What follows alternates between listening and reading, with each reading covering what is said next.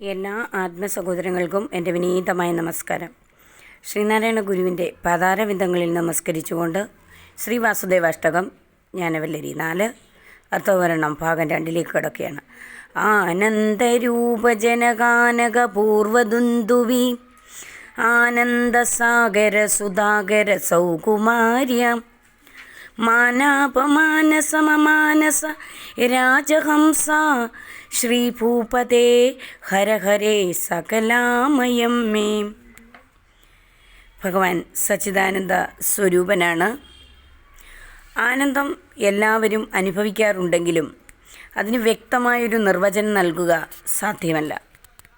ദുഃഖമില്ലാത്ത അവസ്ഥയാണോ ആനന്ദം, അതോ സ്വയം ഉണ്മയുള്ള ഒന്നാണോ അത് കേവലം ആന്തരികമാണോ, ബാഹ്യവിഷയങ്ങളെ ആശ്രയിച്ചുള്ളതാണോ? ഇത്തരം ചോദ്യങ്ങൾക്കൊന്നും ഉത്തരം കണ്ടെത്താൻ ചിന്തകന്മാർക്ക് പോലും സാധിക്കുന്നില്ല. എന്നാൽ ആനന്ദാനുഭവം എല്ലാവർക്കും ഉള്ളതാണ്. അതിൻ്റെ ബാഹ്യലക്ഷണങ്ങൾ മനുഷ്യരിൽ മാത്രമല്ല മറ്റു ജീവികളിലും നമുക്ക് കാണാൻ സാധിക്കും. ഏത് കാര്യവും അറിയുമ്പോഴും അതിനെ അവരവരുടെ ആനന്ദാനുഭവത്തോട് ചേർത്ത് വിലയിരുത്തിയാണ് മനസ്സിലാക്കി പോരാറ്. കിടക്കയിലൊരു കല്ല് കഷ്ണം കിടക്കുന്നത് കണ്ടാൽ അതെടുത്ത് വെളിയിൽ കളയും. ആ കല്ലിന് കിടക്കയിലൊരു സ്ഥാനവും ഇല്ലെന്നും അത് ഉപദ്രവം ഉണ്ടാക്കുമെന്നും വിലയിരുത്തിയിട്ടാണ് അങ്ങനെ ചെയ്യുന്നത്. എന്നാൽ അതൊരു രത്നക്കല്ലാണെങ്കിൽ നാം എന്തു ചെയ്യും? എടുത്തു കളയുന്നതിന് പകരം സൂക്ഷിച്ചു വയ്ക്കും. അവിടെയും ഒരു വിലയിരുത്തൽ നടക്കുന്നുണ്ട്. എല്ലാ വിലയിരുത്തലും നടക്കുന്നത് തൻ്റെയോ മറ്റുള്ളവരുടെയോ ആനന്ദാനുഭവത്തിന് അതെങ്ങനെ ഉപകരിക്കും, ഉപകരിക്കാതിരിക്കും, തടസ്സമായി നിൽക്കും എന്നൊക്കെ നോക്കിയിട്ടാണ്. ചുരുക്കത്തിൽ ആനന്ദത്തിനോട് ചേർത്ത് വയ്ക്കാതെ ഒന്നിനെയും നാം അറിയുന്നില്ല. സകലതുമായി വിരിഞ്ഞു നിൽക്കുന്നത് ഈശ്വരനാണ്. അതാണ് ഈശ്വരൻ്റെ സദംശം. സകലതിനെ പറ്റിയുള്ള അറിവായിരിക്കുന്നതും ഉള്ളിലെ ആനന്ദാനുഭവമായി വിരിയുന്നതും സദംശത്തെയും ചിദംശത്തെയും വിട്ട് ആനന്ദാംശം ഇല്ല. വാസ്തവത്തിൽ സത്തായിരിക്കുന്നത് ചിത്താണ്. ആ സത്യം അറിയുമ്പോഴുണ്ടാകുന്ന ആനന്ദം ആ ചിത്തത്തിൽ നിന്നും വേറിട്ടല്ല. അങ്ങനെയുള്ളതാണ് ഈശ്വരൻ്റെ ആനന്ദ സ്വരൂപത.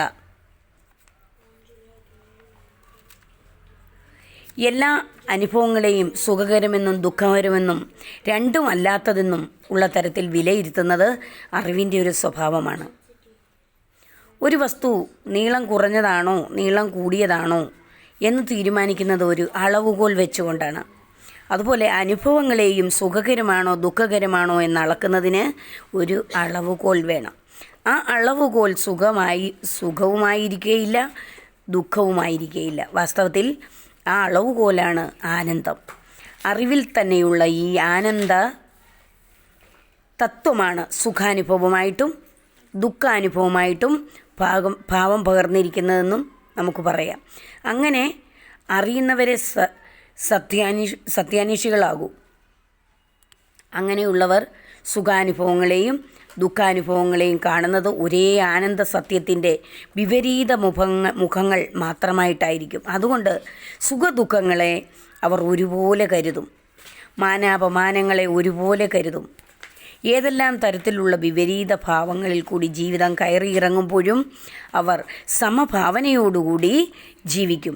ഈ സമഭാവനയെ ഒരു മാനസ സരസായി കാണുകയാണെങ്കിൽ അതിലെപ്പോഴും ആനന്ദം അനുഭവിച്ചുകൊണ്ട് നീന്തിക്കളിക്കുന്ന രാജഹംസമായിട്ട് സത്യദർശി സ്വയം കാണും. താൻ കടൽ തന്നെയാണെന്ന് തിരയറിഞ്ഞ് കടലായി സ്വയം കാണുന്നത് പോലെയുള്ള അനുഭവമാണ് സത്യദർശനം. അതുകൊണ്ടാണ് സത്യദർശി സ്വയം ആ സത്യം തന്നെയാണെന്ന് വരുന്നത്. ആ സത്യം ഈശ്വരനാണല്ലോ. അതുകൊണ്ട്